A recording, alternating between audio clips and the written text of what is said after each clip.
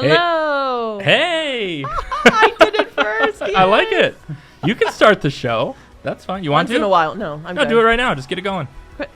Well, hello. Welcome to the church bulletin. Woohoo! We are going to be talking about the 17th Sunday of Ordinary Time, and we have our new priest here at St. Jude with us, Father Luke Dagger. It's very exciting to have you on here for your first podcast. Thank you, Sarah and Tim. It's good to be with you. Yeah, excited to be on the show today. We're very excited. So yeah, the front cover.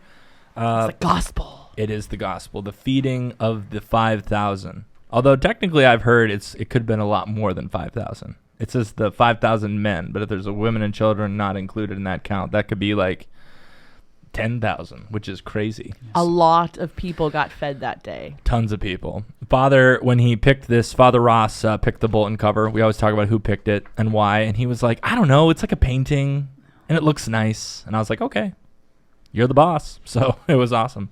But it is a really interesting, it's like a stained glass window almost. Mm-hmm. Yeah, so I actually really like it. I was praying with it. It was sitting on my desk all morning and just kind of like, I love actually the little kids.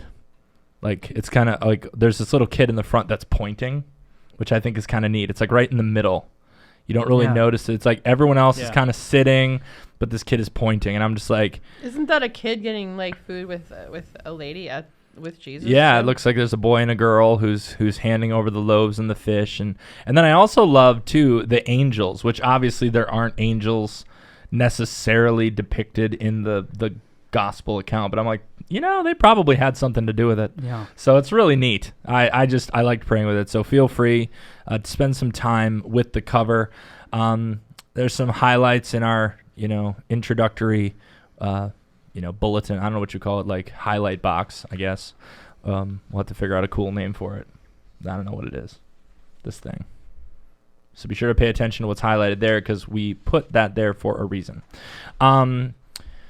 We have not too much has changed in the first couple of pages. Obviously, please check out the Mass intentions so that you can pray for these people. We have several in honor of this week. So people, it's not like you can celebrate the Mass not just for people who have passed away.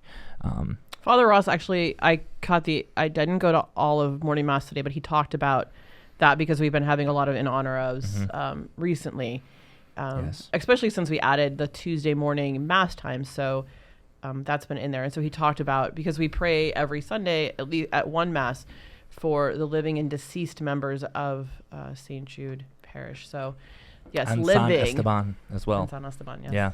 So there's also there's a lot in this bulletin is about flock note. But there's the first mention of it is support your church or our church easily and securely by giving online. That's a flock note link, so you can use that. But moving on. So how's the children's bulletin looking? Oh, it's fun. On the cover of that too is not as interesting as a depiction of the front cover of this with the loaves and fishes, but it is Jesus with a basket. Showing what he started with and then, what he fed. So it's another one of those. And you open it up and you get into the inside Vacation Bible School with, that is Jesus is God is a friend forever. So, you know what I mean? Like as you go into heaven. So it's the deep dive into the Bible is the resurrection. We go to talk about whale sharks this week. Because we're going to, it's a scuba thing, so we go underwater. Yes. So it's whale sharks, and that they live for a very long time, how many teeth they have, how far they have to swim. The saint is Mary Magdalene, which we just celebrated. Her feast day. Feast day was just Monday, right? Yeah. Yep. And on the back, we'll have, the family prayer and stuff. So that's another exciting week. I haven't discussed, I don't know what craft or whatever I'm going to put with it, but there'll probably be something extra. So you have to come on Sunday. Come on Sunday. Or Saturday night. Get a Vacation Bible School. Or just get the kids' bulletin all the time. I had some lady say, I love the children's bulletin. Again, it gives you that adult coloring absolutely type thing and just some extra little learning stuff. So. Well, one friend of mine in the parish, dad, he was saying how they've been using it. They've been using this reflect and pray portion of the older bulletin older people bulletin, whatever, the normal bulletin, regular the regular bulletin, whatever you want to call it. And then also, the children's bulletin. And he says, he's like, yeah, I never know which one I'm going to get more out of. Like, it's awesome. So anyone can pick up the children's bulletin. It's very helpful. This week, it's a little bit it's almost in two parts. So, encouraging you, if you have time to share a family meal, please do so. If you are unable to do that, if there's another time that your family, is all together, you can use that. But the conversation is based on food, seeing as the gospel is the feeding of the 5,000. So, usually it's like, hey, parents, ask your kids. But kids, ask your parents. Like, are there any traditions that they had growing up? So I'm going to put you two on the spot. Like, what was like, growing up, like what was like a dish that you loved to eat? Like your parents made it and it was like, yes, it's a good day. I can go first. My mom's broccoli soup. Ooh. It's my favorite meal. Yeah. Really? Love it. Love my mom's broccoli soup. As a kid, you were like loving broccoli soup. That's a good question. On when did I you fall in love with it? I don't remember the moment, so I'm going to say it's been a long time. I would imagine. Yeah. I especially love it in the winter too, but I must admit I like soup year round. So soup is good. When mom makes broccoli soup, all right. That's the best. Well, if she ever comes up to St. Jude's to visit, not saying she should cook, but now I kind of want to try your mom. We all like broccoli soup around here. Mom would love that, yeah. All right, cool. That's awesome. I'm looking forward to that. How about you, Sarah? So I'm going to share a little funny story. So Okay. when I was 5, I was in the mall with my parents, and the newspaper was there interviewing kids on what their favorite meals were. And I still have this in like my, kids scrapbook. So I have a little goofy picture of me at 5, which was many years ago now. And I'm pretty sure I said macaroni and cheese or spaghetti and meatballs. I don't remember. Pasta. Yeah. It was pasta, but it's definitely not anymore as I try to change and eat healthier in life. It's not a dish anymore. I like ingredients. Oh, okay. Okay. But how about like back then though, it was pasta? I'm Italian. So I know. The question was like when you were a kid. So yeah. You eat super healthy now. No, I don't. Yeah, you do. Well, you eat healthier than me because when you give me food, I'm like, thank you. I feel like I eat healthy. And then we'll get to yours in one second. But one thing I want to do here. Sure. And I knew this, but I didn't. So as a priest or as this, whatever I am, this youth minister for life, whatever. So I was reading in my all my children's bulletin, materials, grace before meals. I taught my kids that. We all know bless us, O Lord, and all that good stuff. There's a prayer after meals too. Yes. And it's like one of those did anybody ever say that one? You? I did. I had the blessing to live with a priest for a while. And he always, like, it was immediate. Like, so that's where I did. On net, we did it a lot too. Yeah. Yeah, but it was only when we were in like formal situations. Like, we would try and get, like, if we were with youth, we would try and get them to do it, but you never want to be like, yeah, do this, kind of all the time. So we would ease it in. So it wasn't like a regular thing, but yeah, I would do it. I would always get it confused with the Bless Us, O Lord prayer because it's very similar. There was a silent retreat that I actually got to go on a lot with my dad growing up, like in my young adult. So you shouldn't be praying out loud then if you're at the Well, at the end, it's a Jesuit retreat. So when you're praying as a community, then you get to pray out loud. You don't speak in conversation. So at the end of every meal, we would do that. That's where I learned it, I think, if I had to be honest. Yeah. That's awesome. Wow. How about it's awesome you? You had those experiences. Growing up, no, we typically did not do a prayer after meal. It was normally, I've seen this a lot with other people too, like, thank you for a wonderful meal, great conversation. But it was actually recently when I heard about the prayer after meals too, is when I entered the seminary.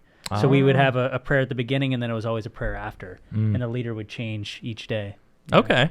Well, I grew up in a house. I mean, like, you had to get through dinner without fighting. Well, that's what I was going to say.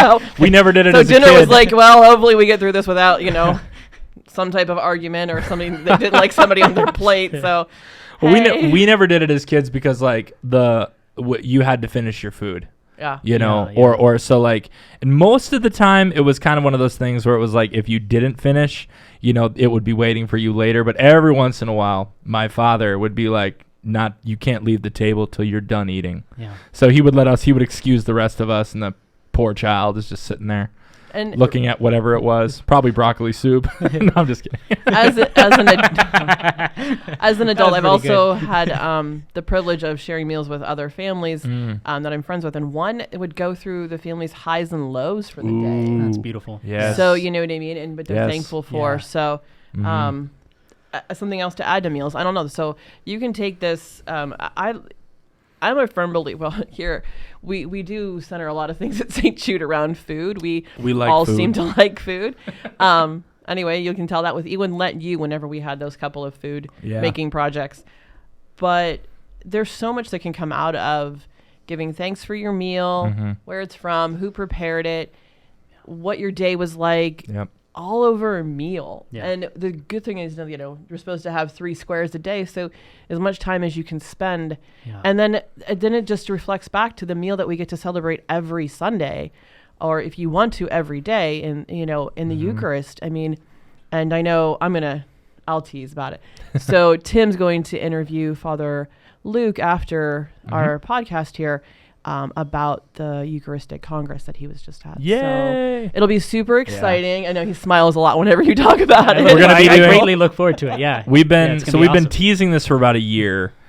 We did a couple of just audio ones like a year and a half ago, but I don't think those really count. So we'll call this episode 1 of, we're going to call it the Church Bulletin Insert. So it will be a Church Bulletin podcast episode that is timeless, because as weeks to week, like if you were to go back and watch like 5 weeks ago one of our podcasts, it would be entirely irrelevant because it was for that bulletin that week. So we're going to start making some episodes with people that are a little bit more like you could watch it a year later and still be like, wow, that's cool. So Father Luke is going to be the first one through the door. So it's an honor. Yeah, it's excited for it. Thank you. It's exciting. So we'll that will probably be released in a couple of days, or maybe tomorrow. I don't know. Don't do them at the exact same time, but whatever. We'll figure it out. But thank you for all that. That was good. The food stuff, all the way to take control. I loved it. As I start to think about meal planning for my right life, now, you're like, whatever. yeah. She's like broccoli soup. That's gonna put that on there. A couple of things for this upcoming week. Monday, July 22nd through August 2nd. So all of next week, or this week. It depends on when you watch this.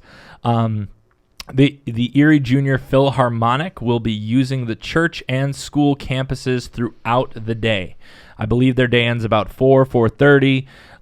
So if you come to church to pray, or you come to the church office, or to one of the events throughout the week, please be mindful that either the orchestra or the choir might be rehearsing. And if they're using the space to rehearse, please be respectful of their rehearsal. But it's Monday the 29th, actually. Oh, is it the 29th? And then Typo, and then it's Wednesday. That's a game we have to tell Father about. The 30. We all review we all review the bulletin before we submit it, and we always find something afterwards. And that's it. And it's usually on this podcast, which is annoying. So there it is. So then Wednesday the 31st, it would be our fun days in here, starting with fellowship, Bible study, Celebrate Recovery, and all the fun things that happened on Wednesdays. Thursdays. Yes, when we discover all the dates we've entered wrong into the bulletin. Exactly. And then Thursday is actually August 1st. And we are always going to continue with our Let's Hang Out. So the Friday, that one's correct, the August 2nd. Yeah, but it's not 2 weeks. But it's not 2 weeks. It's just 1 week. Yeah. Well, we did not have the Junior Philharmonic on campus this right week. now. Yeah. It's different campus or property, however we want to say it. Grounds. That's how Father Ross says it. On the this Sunday at 11, there's going to be a mass that is not any of our regular scheduled masses, and it will be followed immediately by a picnic with food and fun, lots of games, music, rides, bounce house, and more. That will be over at St. Andrew's Church grounds. So not at St. Jude's, over at St. Andrew's Church. Everyone is welcome to attend that. So if you belong to St. Jude's Parish, you're welcome. San Esteban, you're welcome to come on over to that. Also, the school is looking for a volunteer, or they have a volunteer opportunity for any students looking to, start getting their service hours a little bit early, or I know prep doesn't call it service hours anymore. It's like experience or something like that. If you want to get yours in, give the school a call, because they need help cleaning up the grounds, like weeding, that kind of thing. So be sure to check that out. And now on to something that we really pushed last year, Flock Note. No, earlier this year on Communication Sunday. Well, yeah, but it feels like a year ago because we've had so much fun since then. Anyway, so be informed. Sign up for Flock Note. That is Uno's tip of the week. It is important that we do this. Why? Why is it important that we do this, Sarah? Messaging. Yes. So the church gets out all of the important information through Flock Note, and it's very secure. Unfortunately, you can't just message us through Flock Note. It's only the administrators or a group leader that can, but you can respond back to any of those messages. That's sent really by the group leader Sent by or the group administrator. leader. Yeah. So, I mean, you can always email or call us if you have a question, but it's a secure thing. So we can message all of our students in their confirmation program, or we can message all of the parents in faith formation. The altar servers. Correct. Yes. So if you're listening and you're part of a ministry and you haven't been getting like your schedule, I'm going to try, I'm working with our liturgical person, Sue, to get that updated. So we apologize if you weren't, but it's to get you into Flock Note. It's just a different way to receive an email in your inbox. It's not anything that requires, you do not have to have the app on your phone. I think Tim and I talked about this a couple weeks ago. Yeah. It's just a way for us to send you messages. That we're also going to be sending the bulletin out through it too. So that way you don't have to, if you lose that paper copy, I mean, it's always on the website, but you're going to get it in your email. So yeah. And you can take advantage of all the different things within it. Joining the different groups during Let You, possibly we may, have some type of Bible study or something during Advent. You never quite know what's going to pop up, but that's how we message everybody through Flock Note. Yes. So we just encourage you that way. And if you're new to listening to the Church Bulletin, welcome to St. Jude Church Bulletin one more time. And you can sign up too. Yeah. Anyone can sign up. I mean, so anybody within the merge, people from St. Stephen's, all that good stuff. Yeah, Father Luke's now on our Flock Note. I'm on 2 Flock Notes actually, as I follow a different church too. I'm on 3. So on accident. That's just because I've worked with different churches. Like I'm on Saint Joseph and or is it Holy Redeemer? I don't remember which one. In Warren, I'm on theirs. So I get text messages from them all the time, and they're always very uplifting. So I could have got off it. I went to NCYC with them. So they were like, it's just easier. We're going to put you on it. So I was like, fine. And I'm like, it's been a year. I'm still every morning. Boop. There's a message. Are you just on one right now then? Yeah, just St. Jude's. Yeah. Wow. Yep. That's awesome. No, it's exciting. So please do, because again, the reason is that if you get involved through Flock Note, we won't spam you as much, because I feel like sometimes it's like we send out newsletters and we okay, we need to communicate this to this group of people, but everybody gets the message. That's not the case with Flock Note, because you're in a group. We can actually just send information to that group of people. Yeah. So it's really nice because we can control communication a little bit better. And like Sarah said, it meets all the requirements for safety standards, for child protection standards, all of those kinds of things. So it's very important that we use it. So please, please, please sign up. I forgot to mention, we also have a subscription with Word on Fire through that too. I have used some of the children's part of the Word on Fire for the children's bulletin. But once you click on the engage symbol, it looks just like that. You can have access to many different things that way. And the Word on Fire is, that's Bishop Barron's thing, rocking it. And you got to hear him and encounter him. I heard a little bit. I did. I had a chance to. Yeah. You want to give us just a quick we'll talk about this in the insert more, but just this we got to chat the other day at dinner. We went to dinner with Nathan. That was awesome. Shout out to Nathan. He's going to be involved. He said yes. He texted me. He's going to be involved with the Edge core team and different things. We'll talk about that a little bit later. But we had dinner with him, and Father was telling us a little bit about his encounter with Bishop Barron and different people. But then this morning, I loved it. Rose, shout out to Rose, asked you what was one takeaway. So just for this episode, what's one thing you walked away with from the Eucharistic Congress with? I think a good kind of appetizer, so to speak, for the later podcast would be the takeaway for me from the Eucharistic Congress was that, and this ties into this Sunday's reading actually. Oh. That Jesus desires to feed everybody. It's not just for clergy. It's not just for those in the married life or single life or religious life. I mean, it's every vocation. It's everybody. It's those who have never received him in the Eucharist either. So Jesus desires to give himself to everybody. And I think the Congress helped me to see that because there was this magnitude of 50 to 60,000 people. And I was just like overwhelmed in my heart. And like everybody, it's for everybody. Yeah. And that's Catholicism. It's universal. It's for everybody. That really struck my heart. That's awesome. In a way that I think there was just something about being with that many people. Like I've heard the gospel, but like I felt it. I felt it. Yeah. At the Congress. Yeah. That's and fantastic. I feel it, other places too, but there was something about feeling it there that maybe it drew my mind to it more, and I'm contemplating it more now than I have before. Absolutely. If you're hearing like this and you're interested, there are other events that are similar to the Eucharistic Congress, whether it be, NCYC or a World Youth Day experience, or there are a lot of conferences. They're not quite like the only one that's bigger is World Youth Day. That's the only one. But other than that, so if that's something you're interested in experiencing, let us know. You can get a hold of us. It's all in the bulletin. But yeah, no, it's I went to World Youth Day in 2008, and yeah, I know what you're talking about. It's like you're just like, oh wow, yeah, it's happening. Yes. So, my phone's going off telling me to pray the 3:00 prayer in the chapel to Good Divine for you. Mercy. That's awesome. We'll get there though. We have an hour, the hour of mercy. It's all good. Yes. So much life, and we're celebrating life this week in the bulletin. We've had everything. Just about every sacrament going on. So we had baptism, we had a wedding upcoming, and I do have the date right on this one, August 4th.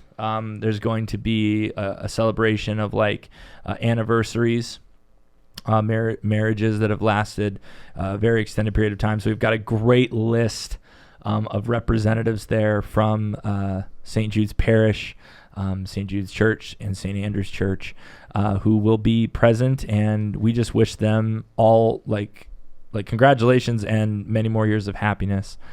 We love you all, and we're praying for you. We also had a funeral, or having a funeral. Hasn't happened yet as we record this, but it will happen this Saturday, remembering James Osterkamp. So please keep him and his loved ones in your prayers.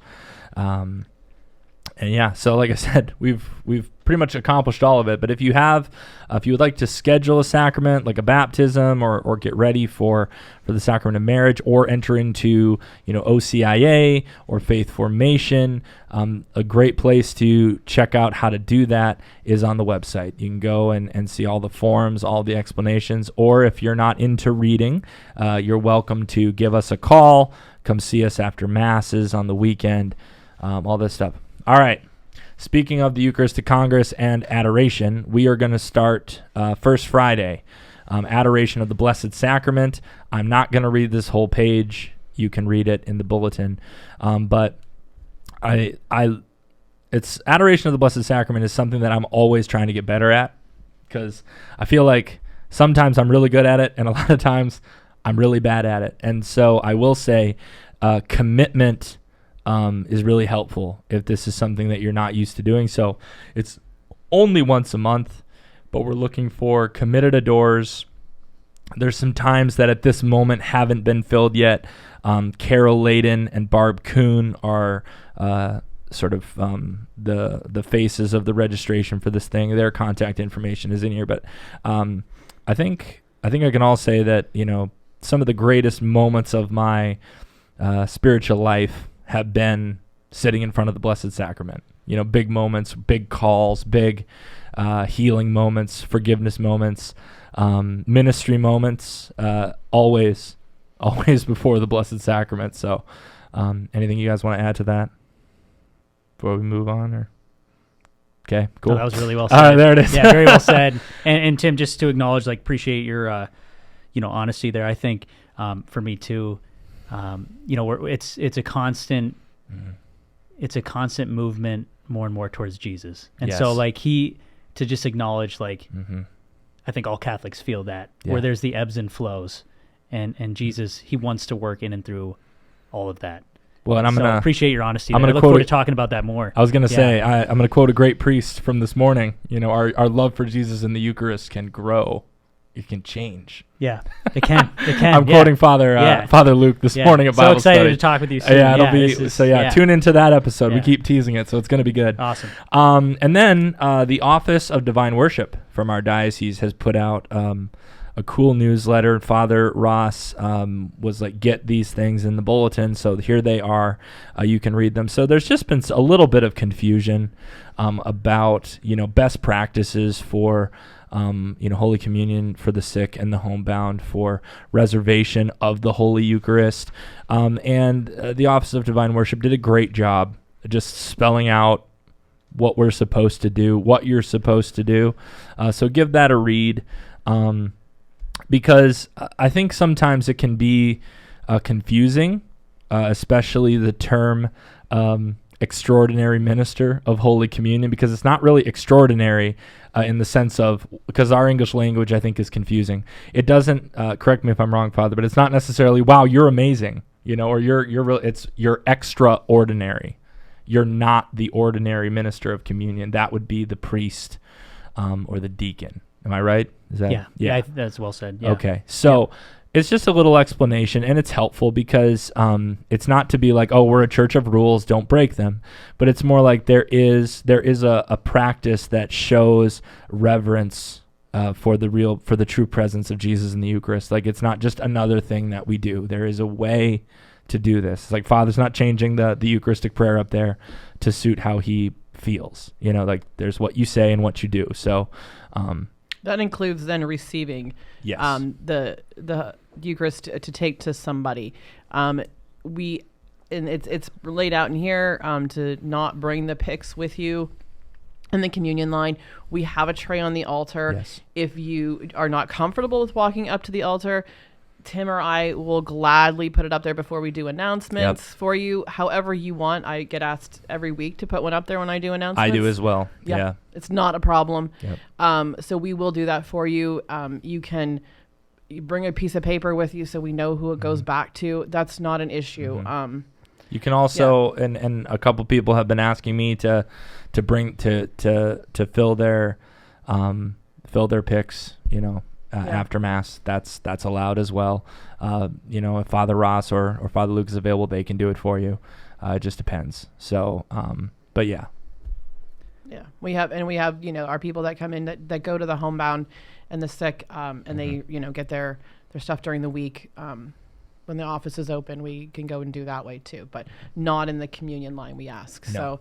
So it's laid out in here. Father Ross has been trying to stress that with people, so just be aware. Mm-hmm.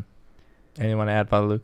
Yeah, I just have one thing to add on the that call to ministry within being an extraordinary minister of Holy Communion, just how powerful that really is. So to kind of tie this into this coming gospel this Sunday, I mean, it's a feeding of 5,000, as you had shared earlier, Tim. It's actually more than 5,000. Oh yeah. And what Jesus does is he, to contemplate this, is that there's others who are helping him to distribute the multiplication of the loaves. And so in some fantastic and beautiful way, in today's time, it's an even greater ministry because it's helping to distribute the body and blood of our Lord Jesus Christ to others. So I would really encourage everybody, as both Tim and Sarah had shared, like, to seriously pray about this because it's beautiful. It's really got beautiful. a thumbs up on the screen. Oh, the mysterious thumbs up. Yeah, the mysterious thumbs up. Our guardian angels are like, yes, Father Luke, well said. Yeah, so appreciate both of you mentioning that because it's just a stunning and beautiful ministry. Really take time and pray about it. Yeah. Ironically, Sarah just poked me and was like, look on the front cover.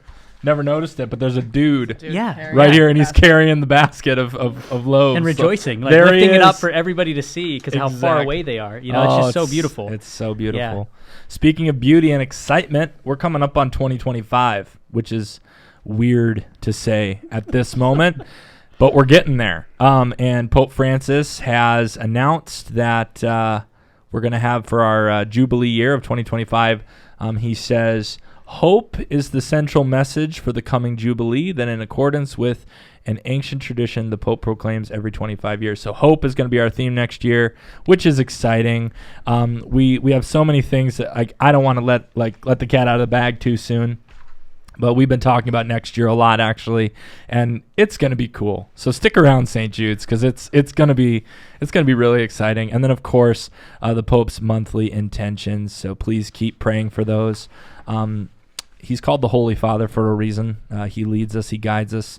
In especially, I think one thing growing up, I never knew the Pope had monthly intentions. Like when I pray the Rosary, I would always say the Our Father for the Pope's intentions. And I just assumed that I just assumed that was a thing that it was just whatever the Pope way across the ocean in Rome was thinking about at that time. That's what I thought it meant when I was a kid. But now knowing that, no, he puts out a thing for the whole church to pray. Imagine if the whole church just united in prayer around the Pope's intentions. Those things, it would be amazing, so something to think about, something that's not amazing and frankly really annoying, but we have to talk about it. Our Facebook account has been hacked and taken over by someone. We don't know who, but we believe, according to some of the posts, they're in Kosovo. So yeah, anyway, so if you see something on our Facebook page, up to this point, nothing has been inappropriate or anything like that. But everything that you're seeing posted for about a week now has not been us. We are not posting those things. We're working with Facebook to get it rectified. And hopefully by the time this weekend hits, this part of the bulletin will be obsolete, because we'll have gotten it fixed by then. But just in case, just so you know, our Facebook has been compromised. Our Instagram is still okay. YouTube is okay. But yeah, just so you know, we don't want anybody, clicking on anything or being, I think it's called phishing, where they get your name and stuff like that. So just be careful. And this is the most important thing, if you receive a direct message from St. Jude the Apostle asking you for a favor or for money, or even to donate to a charitable cause, because sometimes that can be too, it's not us. We will not communicate with you via direct message on Facebook. We will only use Flocknote or a phone call or a direct email. So yeah, just as a frame of reference, we do the I Give Catholic. We have Erie Gives coming up here in August. Yes. Again, we will let you know how to do it, as opposed to just asking you for money. Yes. They send you to, a specific site to do that. So yeah, we'll never be just hey, give us your Venmo, or hey, we need, X amount of money to get so-and-so food. That we'll never do that. Also with emails as well, always be sure to check the domain of the sender, because sometimes even it's happened to me, it's happened to Father Ross, I think regularly. I love to get messages from fake Father Ross. That's always exciting. I always know it's not him when he fake emails me, because it always starts out with something like, "Tim, I appreciate you so much." And I'm like, not Father Ross. He's very grateful. He'll always say thank you, but he'll never start an email that way. So, but anyway, but if you don't know Father Ross or us that well, and you see a thing that says, "Hey, an email from Tim at St. Jude's," it's be sure to check that it is our name, stjude.church. Those are our emails. So be sure to check the bulletin, cross-reference, make sure you're receiving messages from the correct people if you're going to respond. And with all that said, that's fun. We just got back, Father Ross just got back from leading his trip to Ireland, Scotland, England, and they had a good time, as far as we know. I'm sure we'll get him on here to talk about it soon. But next year, Father Brian Vossler, pastor of St. George Parish, is going to be leading a trip to Ireland and Medjugorje. So that'll be cool. So if you're interested in going on that trip, the information is in the bulletin. Of course, shout out here to this podcast. And then it's right in this bit, it's just Edge, but we're also always looking for people to help with the other edges of faith formation. But specifically right now, our Edge core team, Edge is our middle school faith formation / youth ministry program for 6th, 7th, and 8th graders. I'm going to be helping lead it. Father Luke will be around. Sarah will be around. It's going to be a good time. Now, Nathan, our awesome Nathan. He's going to be around. So different people helping out with the core team. That really is facilitating maybe small group discussion, just walking with the youth, listening to them, talking to them, letting them know that they belong in the church, they matter to the church, they're the life of the church, and we want them to encounter Jesus in a very real and powerful way. We want to reveal Jesus to them. So if you're interested in that, don't hesitate to talk to us, email us, call us, whatever, and we can get the ball rolling on all that. Yeah. Anything else? No.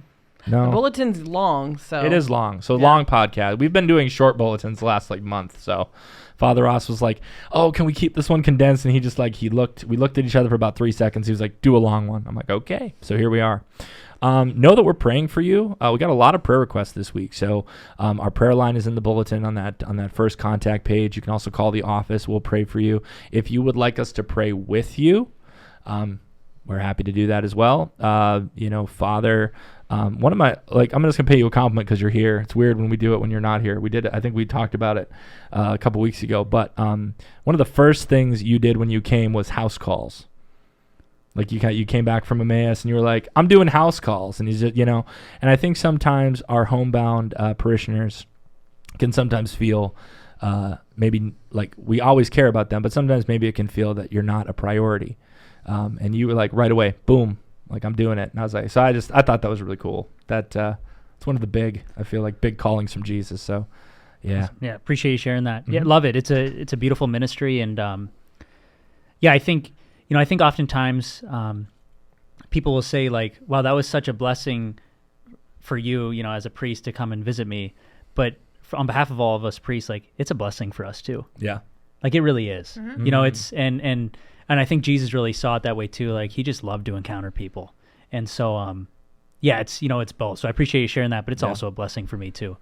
Yeah. So anyway, if you need something, or if you would like, to get a hold of any of us for any of those things, give us a holler. You know where to find us because it's literally in the bulletin every week. All right. Know of our prayers for you. Feel free to follow, subscribe, share if you feel so inclined, and we will see you this weekend and then on the podcast next week. And be sure to keep an eye out for the first church bulletin insert. That'll be fun. First again, yes.